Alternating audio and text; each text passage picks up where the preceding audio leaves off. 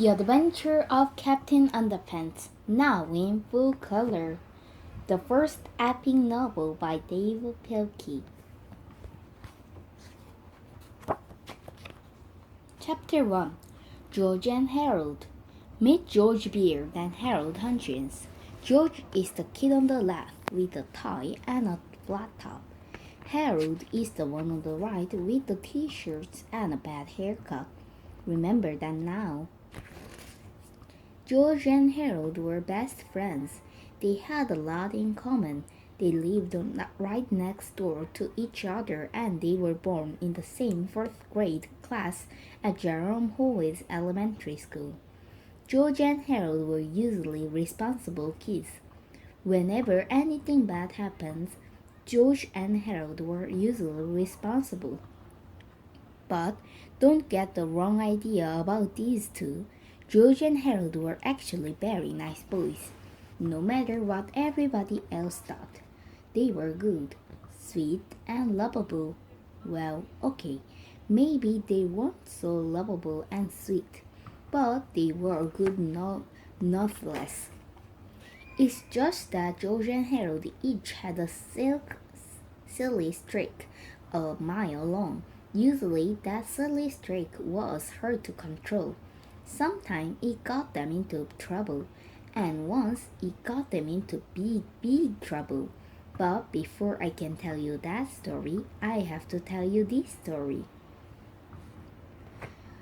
Chapter 2. Treehouse Comic Inc. After a hard day of cracking jokes, pulling pranks, and causing mayhem at school, George and Harold liked to rush to the old treehouse in George's backyard.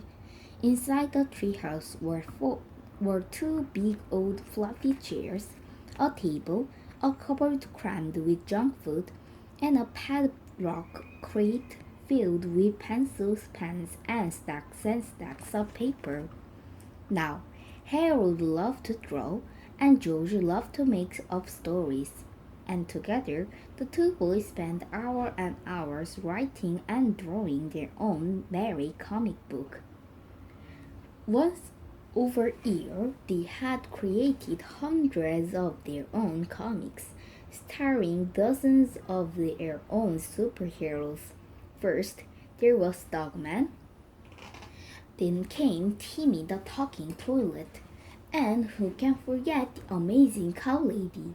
But the all-time greatest superhero they had made up has to be the amazing Captain Underpants.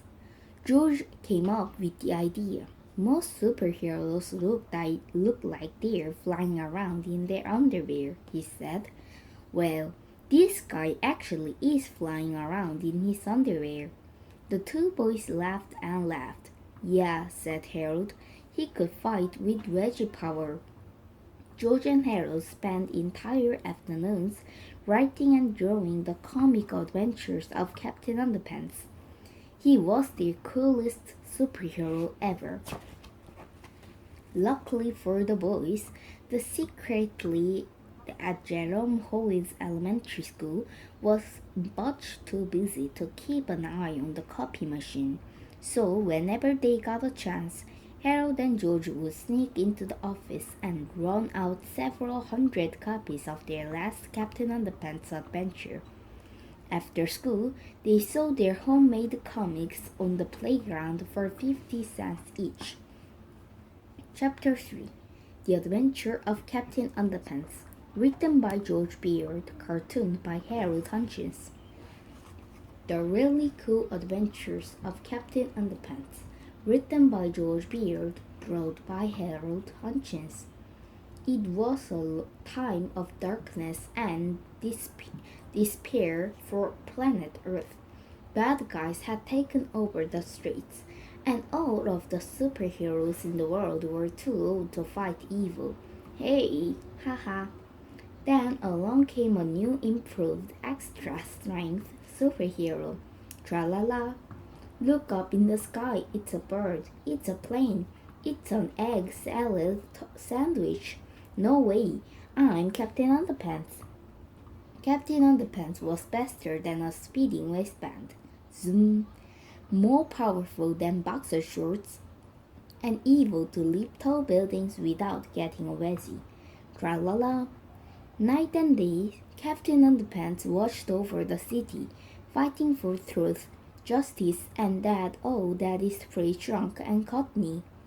Meanwhile, at the nearby elementary school, it was Stinky Tofu's surprise day at the cafeteria. Yuck!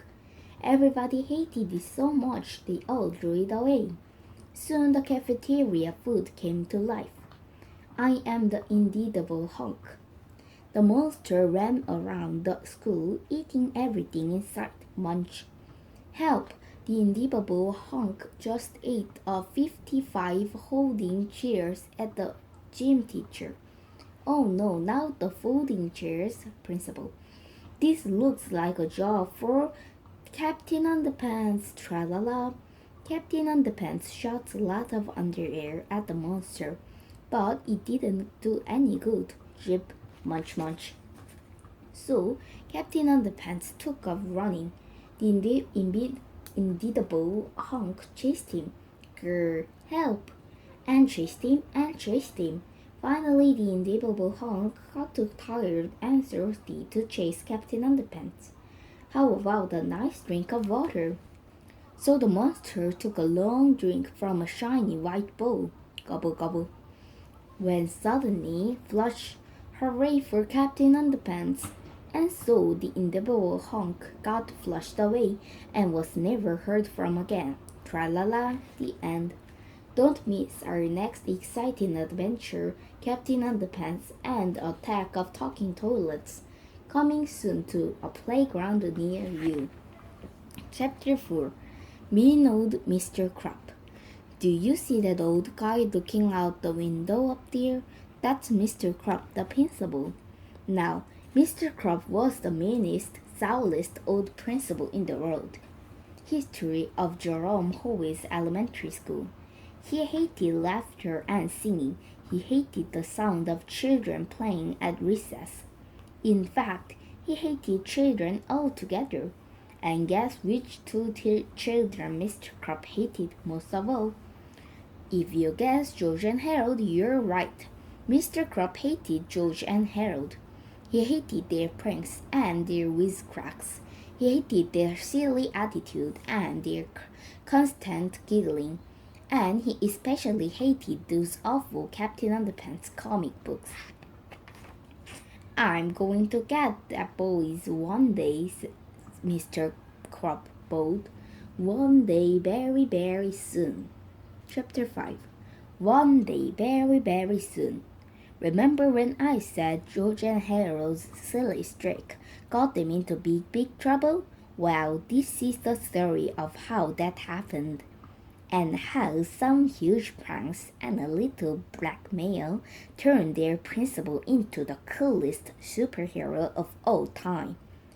It was the day of the big football game between the Howes Knuckleheads and the Softball Stinkbugs.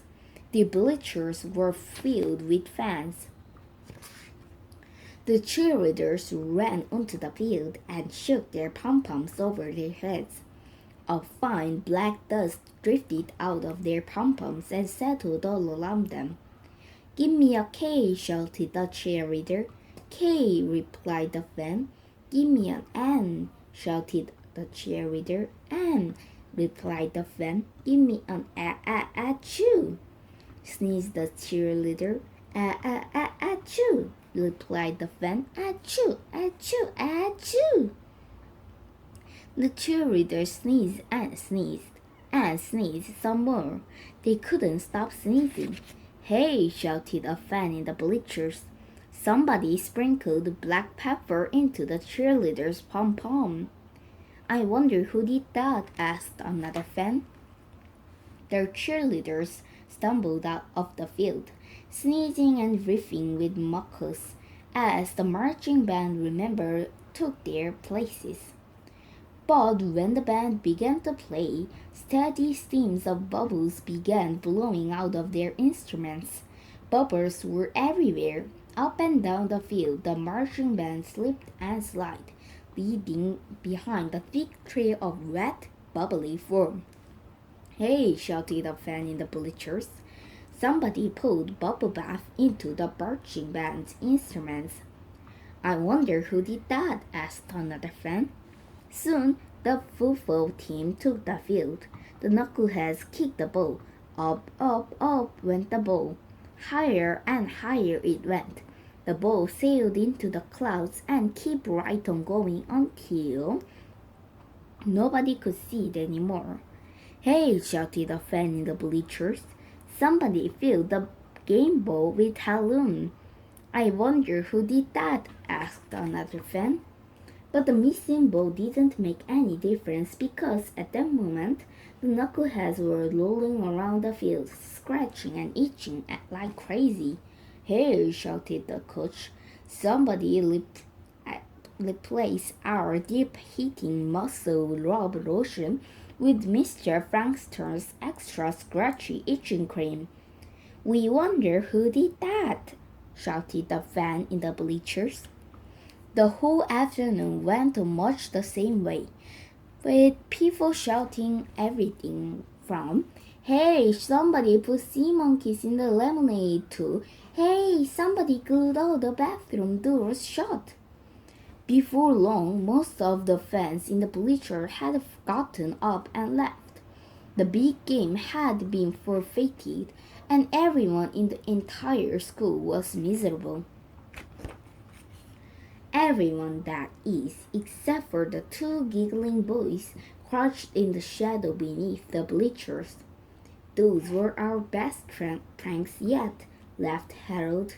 Yep, chuckled George. They will be hard to stop, that's for sure. I just hope we don't get busted for this, said Harold. Don't worry, said George. We covered our tracks really well. There's no way we get busted. Chapter 6. Busted. The next day at school, an announcement came over to the loudspeaker. George Beard and Harold Hutchins, please report to Principal Croft's office at once. Uh-oh, said Harold. I don't like the sound of that. Don't worry, said George. They can't prove anything. George and Harold entered Principal Croft's office and sat down on the chairs in front of his desk. The two boys had been in the office together countless times before, but this time was different. Mr. Croft was smiling. As long as George and Harold had known Mr. Croft, they had never ever seen him smile. Mr. Croft knew something. I didn't see you boys at the big game yesterday, said Mr. Croft. No, said George. We weren't feeling well. Yeah, Harold stammered nervously. We went home. Too bad, said Principal Croft. You boys missed a good game. George and Harold quickly glanced at each other, gulped, and tried hard not to look guilty. Lucky for you, I have a videotape of the whole thing, Mr. Croft said. He turned on the television in the corner and pressed the button on the VCR. The black and white image appeared on the TV screen. It was an overhead shot of George and Harold sprinkling peppers into the cheerleaders' pom-poms. Next came the shot of George and Harold pulling liquid bubble bath into the marching band's instruments. How do you like the pre-game show? Asked Mr. Croft with a devilish grin. George eyed the television screen in terror. He couldn't answer. Harold's eyes were glued to the floor. He couldn't look. The tape went on and on, revealing all of George and Harold's behind-the-scene acts. But now, both boys were eyeing the floor, squirming nervously and dripping with sweat. Mr. Croft turned off the TV. You know, he said, ever since you boys came to this school, it's been one prank after another. First, you put these Yosemite frogs in the jelly-o salad at the print teacher banquet. Then you made it snow in the cafeteria. Then you reached out intercom so they played We're All Yankville song full blast for 6 hours straight.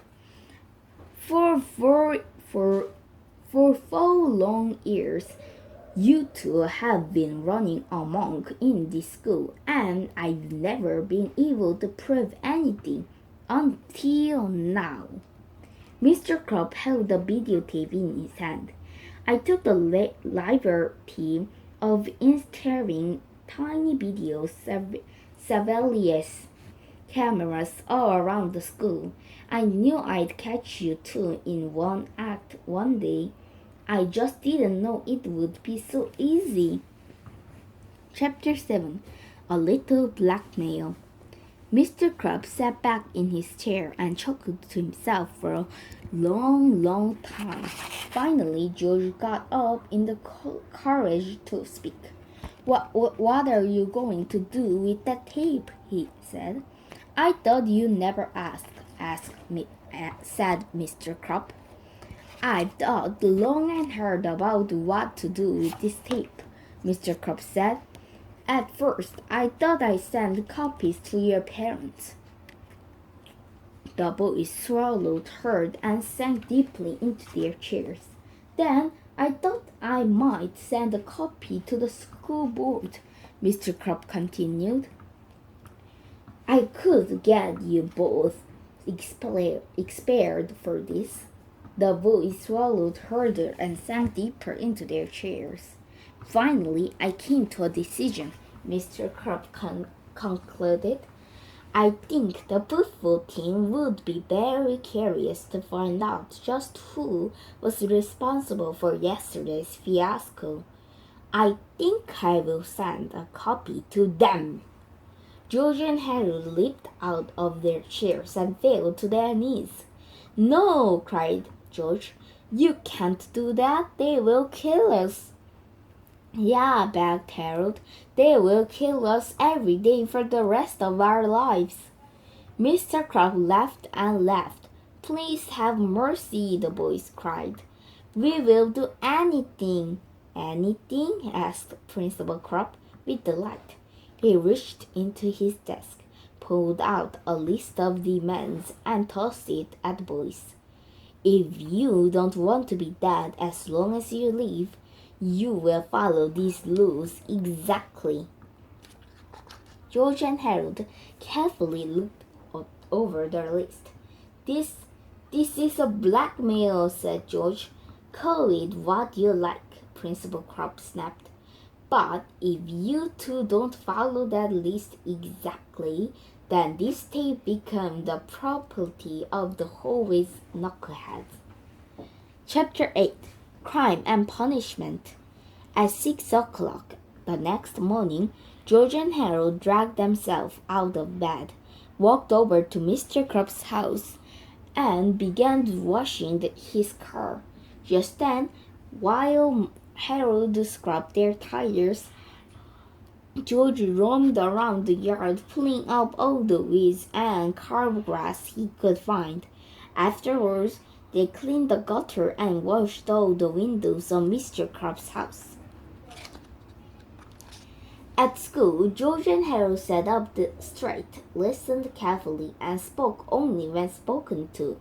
They didn't tell jokes, they didn't pull planks, they didn't even smile.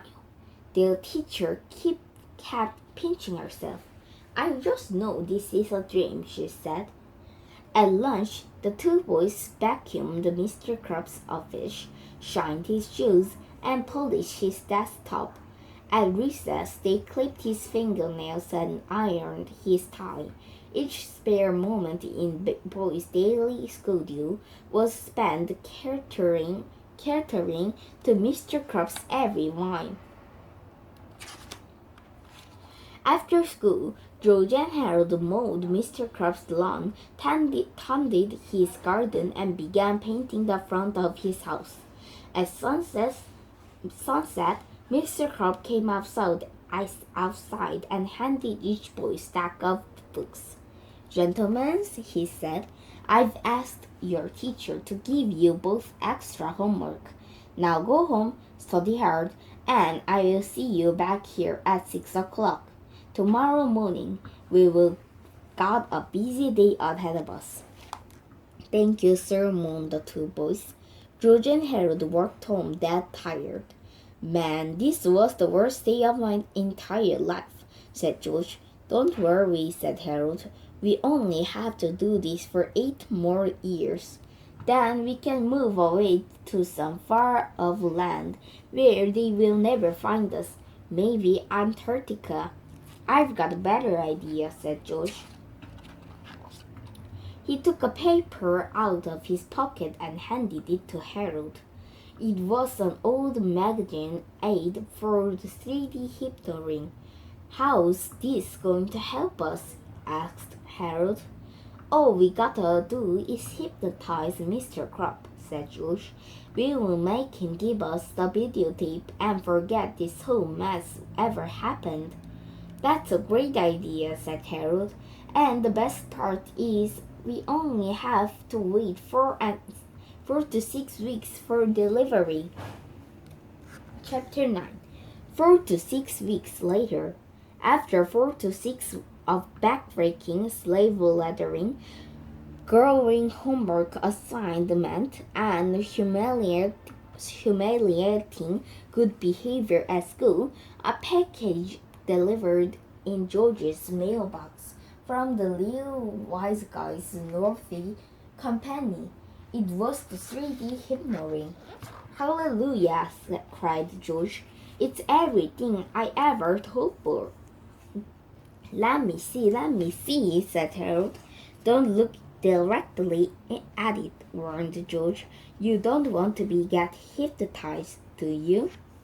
Do you really think it will work? Asked Harold. Do you really think we can amaze our friends, control our enemies, and take over the world just like the ad says?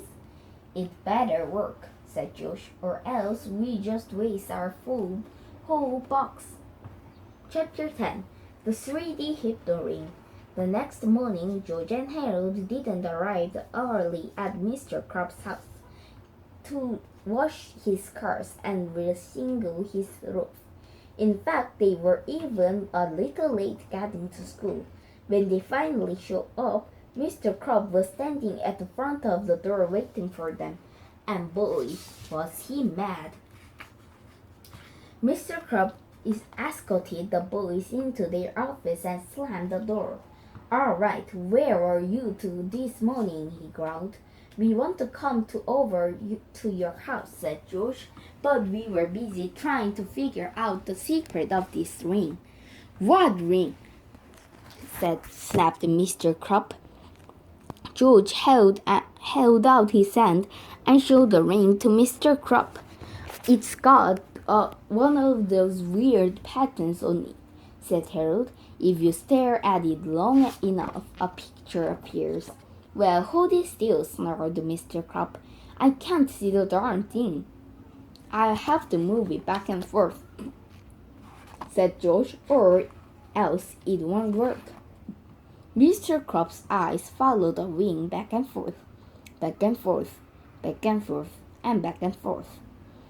You have to stare deeper into the ring, said Harold. Deeper, deeper, deeper, deeper. You are getting sleepy, said George. Very sleepy. Mr. Crop's eyelid began to drop. I'm so sleepy, he mumbled. After a few minutes, Mr. Crop's eyes were closed tight, and he began to snore. You are under our spell, said George. When I snap my fingers, you will obey our every command. Snap! I will obey, mumbled Mr. Crop. All right, said George. Have you still got those videotapes of me and Harold? Yes, mumbled Mr. Crop. Well, hand it over, Bob, George instructed. Mr. Crop unlocked a large file cabinet and opened the bottom drawer. He reached it and handed George the videotape. George stuffed it into his backpack. Harold took a different videotape out of his backpack and put it into the file cabinet. "What's that video?" asked George. "It's one of my little sister's old Boomer the Purple Dragon sing-along video." "Nice touch," said George. Chapter 11. Fun with Hypnosis. When Harold bent down to close the file cabinet, he took a quick look inside. "Whoa!" he cried. "Look at all the stuff in here." The file cabinet was filled with everything Mr. Crop had taken away from the boys over the years. There were slingshots, whoopee cushions, skeleton bangs, baggy dog doo-doo. You name it, it was in there. "Look at this," cried George. "A big stack of Captain Underpants comic. He's got every issue." For hours, the boys sat on the floor laughing and reading their comics. Finally, George looked up at the clock. "Yikes," he said. "It's almost lunchtime. We better clean up this mess and get to class." The boys looked up at their principal, who had been standing behind them in a trance all morning. "Gee, I almost forgot about Mr. Crop," said Harold. "What should we do with him?" "Do you want to have some fun?" asked George. "Why not?" said Harold. "I haven't had any fun in the last 4 to 6 weeks." "Cool," said George. He walked up to Mr. Crop and snapped his fingers. "Snap!" "You are a chicken," he said. Suddenly, Mr. Crop leaped onto his desk and flapped his arms. "Clock, clock, clock, clock, clock," he cried, clicking his papers off the deck behind him and pecked at his pen and pencil set. George and Harold howled with laughter. Let me try," said Harold. You are a monkey." "You gotta snap your fingers," said George. "Oh yeah," said Harold. "Snap. You are a monkey." Suddenly, Mr. Crop sprung off his desk and began swinging from the fluorescent light fixtures. "Ooh, ooh, ooh, ooh, ooh, ooh," he shrieked, leaping from one side of the room to the other. George and Harold laughed so hard they almost cried. My turn," said George. "Let's see, what should we turn him into next?" "I know," said Harold, holding up a Captain Underpants comic. "Let's try him into Captain Underpants." "Good idea," said George. Snap! "You are now the greatest superhero of all time, the amazing Captain Underpants." Mr. Crop tore down the lead curtain from his office window and tied it around his neck. Then he took off his shoes, socks, shirts, pants, and his awful toppy. "Tra-la-la," he sang. Mr. Crop stood before them looking quite triumphant, with his cape blowing in the breeze of the open window. George and Harold were dumbfounded. "You know," said George, he kinda looks like Captain Underpants." "Yeah," Harold replied. After a short silence, the two boys looked at each other and burst into laughter. George and Harold had never laughed so hard in all their lives. Tears ran down their faces, and they rolled about the floor, shrieking hysterics. After a while, George pulled himself up from the floor for another look. "Hey!" George cried. "Where did he go?" Chapter 12. Out the window. George and Harold dashed to the window and looked out. There, running across the parking lot, was a frungy old guy in his underwear with a lead cape flowing behind him. Tra-la-la! "Mr. Crop, come back!" shouted Harold. "He won't answer to that," said George. "He thinks he's Captain Underpants now." Oh no, said Harold. He's probably running away to fight crimes, said George. Oh no, said Harold. And we gotta stop him, said George. Oh no, cried Harold. No way! Look, said George. He could get killed out there. Harold was unmoved. Or worse, said George. We could get into big trouble. You're right, said Harold. We gotta go after him.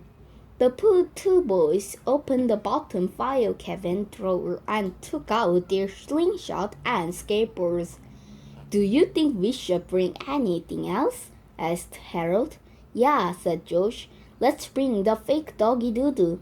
Good thinking, said Harold. You just never know when fake doggy doo-doo is going to come in handy. Harold stuffed Mr. Crab's clothes, shoes, and toppy into his backpack. Then, together, the two boys leaped out the window, slid down the flagpole, and took off the skateboard after the amazing Captain Underpants. Chapter 13. Bank Robbers. George and Harold rode their skateboards all over town looking for Captain Underpants. I can't find him anywhere, said Harold. You'd think a guy like him would be easy to spot, said George. Then the boys turned the corner, and there he was. Captain Underpants was standing in front of a bank, looking quite heroic. Mr. Crab, cried Harold. Shh, said George. Don't call him that. Call him Captain Underpants. Oh, yeah, said Harold. And don't forget to snap your fingers, said George. Right, said Harold.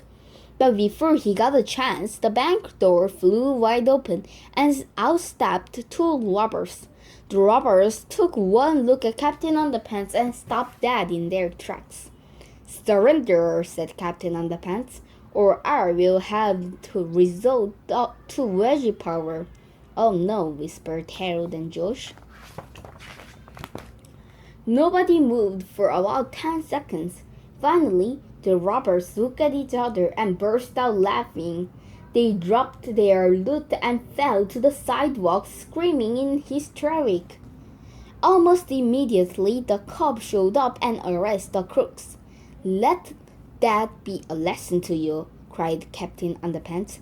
Never underestimate the power of underwear.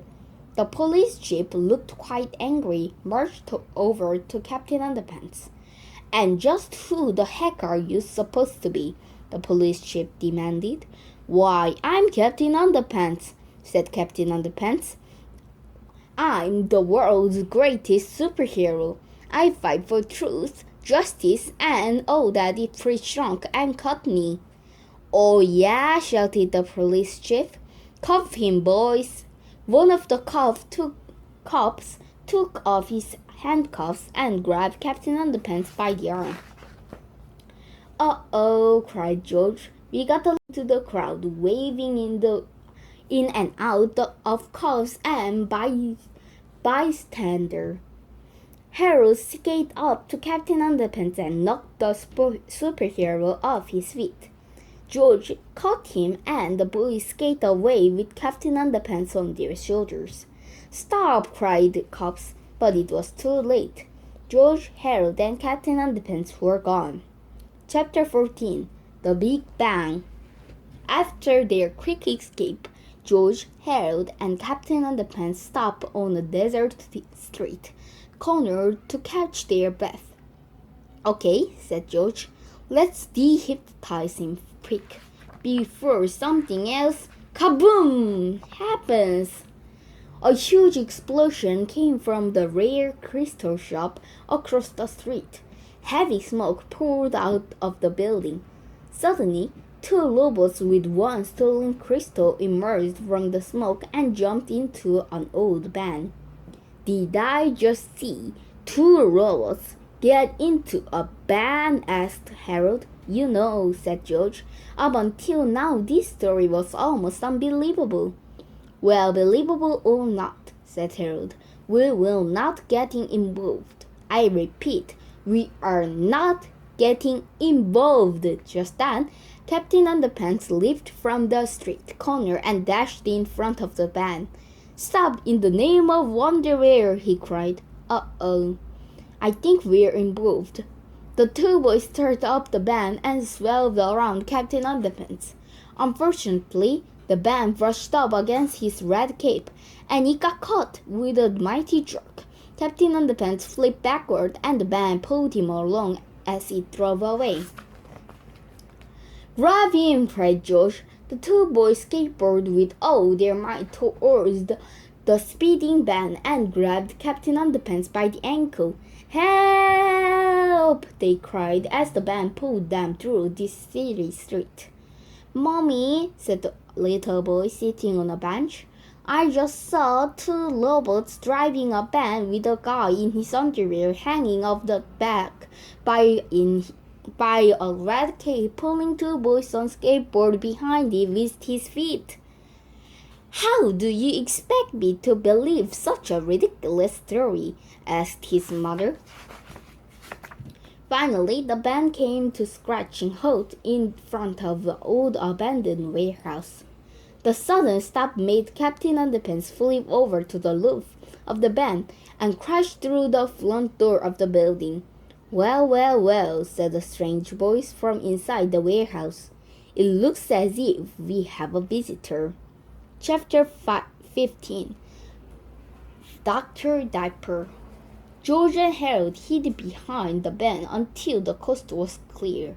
Then they sneaked up to the hole in front of the door and peeked inside. Captain Underpants was all tied up. The two robots were standing guard, and a little man wearing a diaper was laughing maniacally. "I am the evil Dr. Diaper," the strange little man told Captain Underpants, "and you will be the first witness my takeover the world." Dr. Diaper placed the stolen crystal into a large machine called the Laser Matic 2000. The machine started to light up and make a loud noise. Heavy gears began shifting and spinning, and a laser beam from the crystal shot straight up through a hole in the roof. In exactly 20 minutes, the laser beam will blow up the moon and send huge clumps of it crushing down upon every major city in the world, laughed Dr. Diaper. "Then I will rise from the rubber and take over the planet." "Only one thing can help us now," said George. "What?" asked Harold. "Rubber doggy doo-doo," said George. Harold took a fake doggy doo-doo and a slingshot from George's backpack and handed them to him. "Be careful," said Harold. "The fate of the entire planet is in your hands." With careful and precious aim, George shot the rubber doggy doo-doo through the air and across the room. It landed with a plop right at the feet of Dr. Diaper. "Yes," whispered George and Harold. Plop. Dr. Diaper looked down at the doggy doo-doo between his feet and turned bright red. "Oh dear me," he cried. "I'm dreadfully embarrassed. Please excuse me." He began to waddle toward the restroom. "This has never happened to me before. I assure you," he said. I guess with all the excitement, I just, oh dear. While Dr. Diaper was changing himself, George and Harold sneaked into the old warehouse. Immediately, the robots detected the boys and began marching toward them. "Destroy the intruders," said the robots. "Destroy the intruders." George and Harold screamed and ran to the back of the warehouse. Luckily, George found two old balls and gave one to the Harold. "We're not going to have to resort to extremely graphic violence, are we?" asked Harold. "I sure hope not," said George. Chapter 16. The Extremely Graphic Violence Chapter. Warning. The following chapter contains graphic scenes showing two boys beating the tar out of a couple of robots. If you have high blood pressure, or if you faint at the sight of motor oil, we strongly urge you to take better care of yourself and stop being such a baby. Filippo Llama 1. Robots Rampaging. Filippo Llama 2. George Saves Harold. Filippo Llama 3. Harold returns the flavor. Filippo Llama 4. Mixed nuts and bolts. Chapter 17. The Escape. After defeating the robots, George and Harold untied Captain Underpants. "Come on," cried Harold. "Let's get out of here." "Wait," said Captain Underpants. "We have to save the world first." So George, Harold, and Captain Underpants frantically looked all over the Lasermatic 2000, searching for a way to shut it down and stop the invasion disaster. Said Harold. "I think this might be the laser we want." He pulled the self-destruct lever with all his might. Suddenly, the Lasermatic 2000 began to sputter and shake. The huge laser beam turned off, and pieces of the machine began flying in all directions. "It's gonna blow!" cried Harold. "Run for your lives!" "Not so fast!" screamed Dr. Diaper, who had appeared out of nowhere. "You demolished my robots. You destroyed my Lasermatic 2000, and you ruined my one chance to take over the world. But you won't live to tell the tale." Dr. Diaper pulled off his Diaper-Matic 2000 ray gun and pointed it at George, Harold, and Captain Underpants. "Stretch!" Captain Underpants quickly stretched a pair of underwear and shot it at Dr. Diaper. The underwear landed right on the evil doctor's head. "Help!" cried Dr. Diaper. I can't see! I can't see!" George and Harold ran out of the warehouse as fast as they could. "Great shot, Captain Underpants!" cried Harold. "There's just one thing I don't understand," said George. "Where do you get the extra pair of underwear?" "What extra pair?" said Captain Underpants. "Wah! Never mind that," cried George. "Let's just get out of here before the Lasermatic 2000 Kaboom! Explodes!" The Lasermatic 2000 blew up, tearing up the old warehouse. It sent flaming shreds of red-hot metal in every direction. Fire fell from the sea around our heroes, and the earth began to crumble beneath their feet. "Oh no!" cried Harold. "We're doomed!" Chapter 18. To make a long story short, they got away. Chapter 19. Back to school. George, Harold, and Captain Underpants made a quick stop outside the police station. They tied Dr. Diaper to the lamppost and attached a note to him. "There," said Captain Underpants. That ought to explain everything." Then George and Harold led Captain Underpants back to Jerome Howell's elementary school. "Why are we doing here?" asked Captain Underpants. "Well," said George, "you have to do some undercover work here." "Yeah," said Harold, reaching into his backpack. "Put these clothes on and make it snappy." "Don't forget your hair," said George. Captain Underpants quickly got dressed behind some bushes. "Well, how do I look?" he asked. "Pretty good," said George. "Nice. Now try to look really mad." Captain Underpants made the nastiest face he could. "You know," said Harold, "he kinda looked like Mr. Crop." "Harold," whispered George, "he is Mr. Crop." "Oh yeah," said Harold, "I almost forgot." Before long, they were all back inside Mr. Crop's office. "Okay, Captain Underpants," said George, "you are now Mr. Crop." "Snap your fingers," whispered Harold. "Oh yeah," said George. "Snap! You are now Mr. Crop." "Who's Mr. Crop?" asked Captain Underpants. "Oh no!" cried Harold. "It's not working." The boys tried again and again to dehypnotize Captain Underpants, but nothing happened. said Harold. Let me see the instruction manual for the ring. George checked his pants pocket. Said George. I think I lost it. You what? Cried Harold.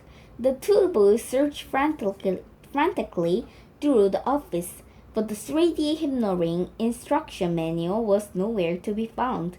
Never mind, said George. I have an idea. He removed the flower from a large vase in the corner. Then he poured out all the water over Captain Underpants' head. What did you do that for? Cried George. I saw him do this in a cartoon once, said George, so it's gotta work. After a few minutes, Mr. Crop slowly came to. What's going on here? He demanded. And why am I so wet? George and Harold had never been so glad to see Mr. Crop in all their lives. I'm so happy I could cry, said Harold. Well, you gotta cry when I will give that videotape to the football team, shouted Mr. Crop. I've had it with you too. Principal Crop took the videotape out of his fire cabinet. The boys are dead meat, he sneered.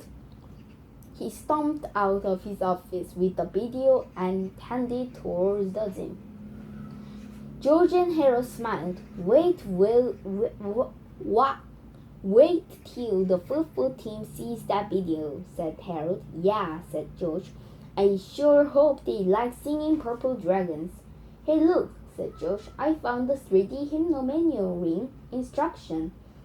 It was in my shirt pocket, not my pant pocket. Well, throw that thing away, said Harold.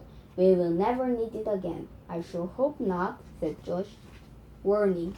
Whatever you do, don't pour water on anybody's head when they are in trance.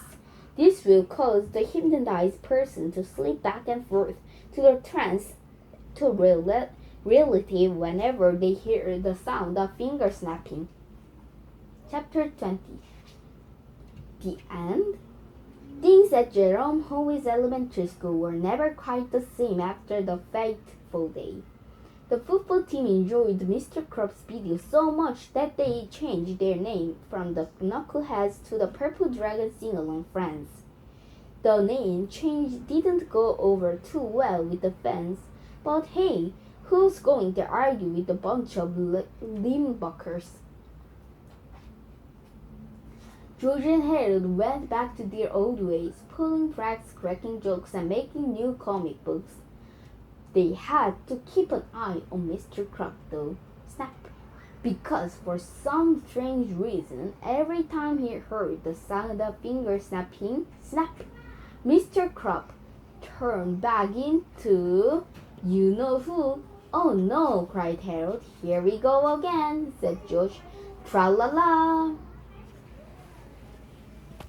The end.